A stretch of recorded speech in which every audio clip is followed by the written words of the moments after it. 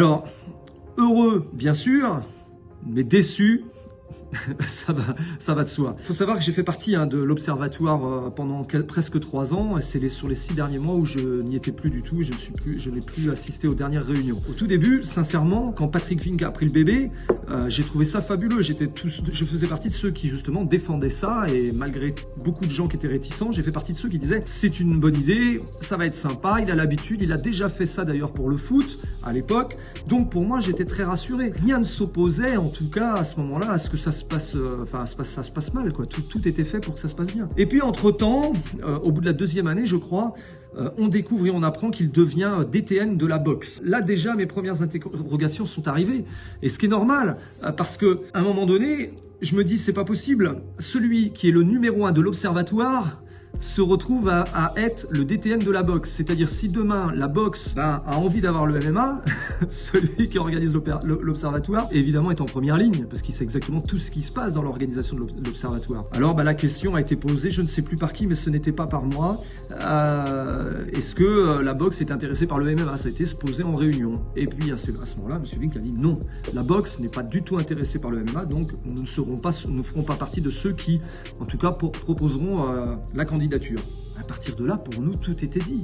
Il n'y avait plus d'inquiétude et on pouvait travailler en toute confiance. Visiblement, courant juin, les choses ont changé. À partir de juin, il a commencé à faire comprendre que, effectivement, ils allaient eux aussi répondre à l'AMI. L'AMI, c'est l'appel à candidature. Donc, croyez-moi qu'aujourd'hui, quand on voit que la boxe a récupéré le MMA, on est quand même en droit, sans que des gens s'insurgent de ça, mais on est quand même en droit de dire, mais il y a quand même un problème, un conflit d'intérêts.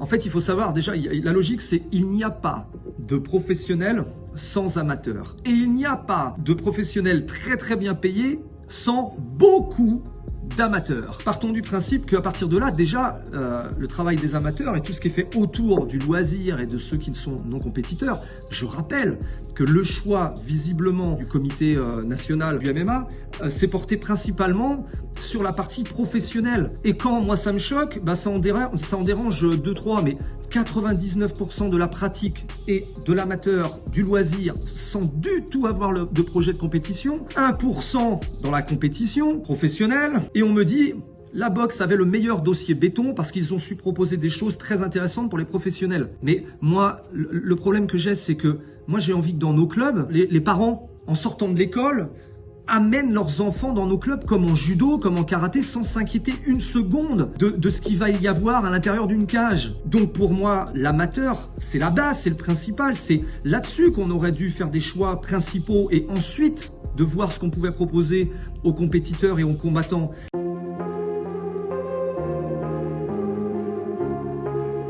Je serais très très mal placé si je devais dire que le MMA business n'avait pas sa place. J'ai été un des premiers à vouloir faire du business avec le MMA. Ça m'a pas empêché d'être un passionné quand on ouvre nos premiers clubs en 1997. À l'époque, le mien s'appelait Free Fight Club, FFC. C'était dans un petit village de 5000 habitants, enfin voilà. Mais la passion n'empêche pas le business, ça c'est indéniable. Le business a son importance, mais ça dépend dans quel sens on le met. C'est simple, je reviens là-dessus, je l'ai expliqué, mais Monsieur Amoussou en première ligne avec sa CFMMA, il réunit à peu près une dizaine de clubs en arrivant à l'Observatoire. Il y a un autre groupement dont j'en ai fait partie pendant une période, de l'AFMA, avec Cyril Diabaté, qui réunit près d'une centaine de clubs parce que tout le monde suivait derrière ce groupement à ce moment-là. Et on ne met et on écoute et on entend que celui qui a une dizaine de clubs qui le suivent, Monsieur Amoussou, faut pas oublier quand même que ancien président de l'IMAF, toujours intégré dans l'IMAF très fortement en France, représentant quasi officiel de l'UFC parce que quand l'IMG intervient, l'IMG c'est l'UFC pour ceux qui savent pas, mais en avant Monsieur Amoussou. Oui, mais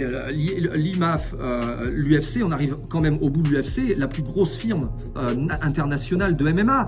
Et là, on est en train de tout mélanger parce que c'est-à-dire que ceux qui mettent les choses en place, derrière, il y a l'UFC. Donc c'est pas le bon sens.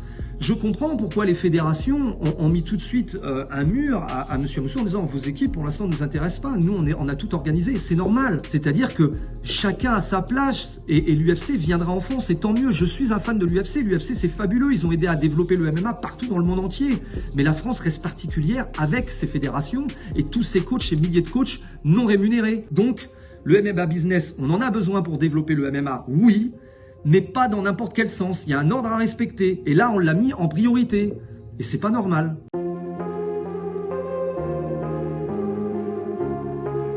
J'espère en tout cas que les premières décisions vont être les bonnes parce que c'est ce qui va faire que ça va fonctionner ou non. J'en veux pas à la FFB, je les comprends, ils sont allés chercher là où il y avait de l'argent et où il y avait un potentiel. Bon, j'en veux un petit peu à Monsieur Vink quand il est un peu maladroit, quand il est interviewé et puis qu'il explique clairement que le MMA va leur servir à mettre en avant les combats de boxe anglaise sur les événements.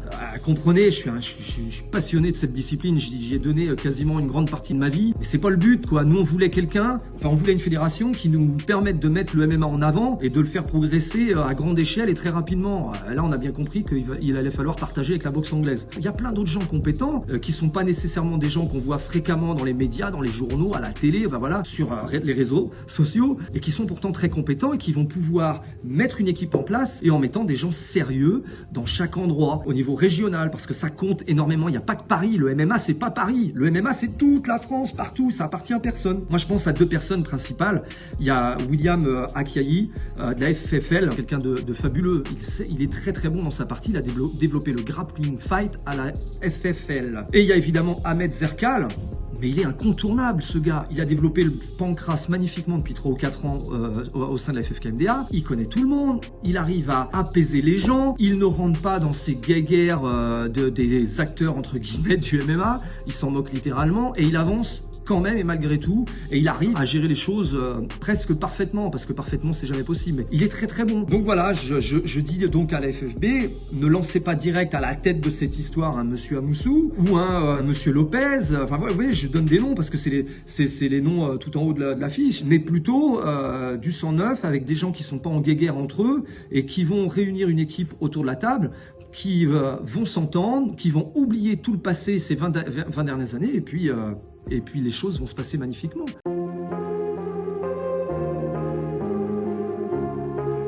Les combattants qui arrivent des autres pays, qui vont revenir en France pour essayer justement de se faire un nom en France, et ce sera sûrement plus facile dans leur propre pays que le faire ailleurs, parce que c'est très difficile de se faire connaître aux États-Unis ou dans d'autres pays.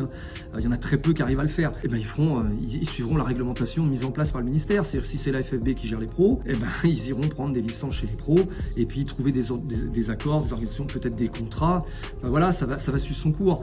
Et c'est normal. À un moment donné, il faut bien s'organiser. Ça n'empêchera pas aux amateurs, c'est-à-dire le plus gros de la pratique, de rester dans leur propre fédération. Si en plus ils arrivent à mettre les frappes au sol et organiser ça finalement comme les pros, mais dans la partie amateur, ben pourquoi pas. Je veux dire, aller faire du pancras avec des frappes au sol, on s'en fiche finalement du nom. J'ai l'impression qu'on parle d'une franchise de nom, MMA quoi.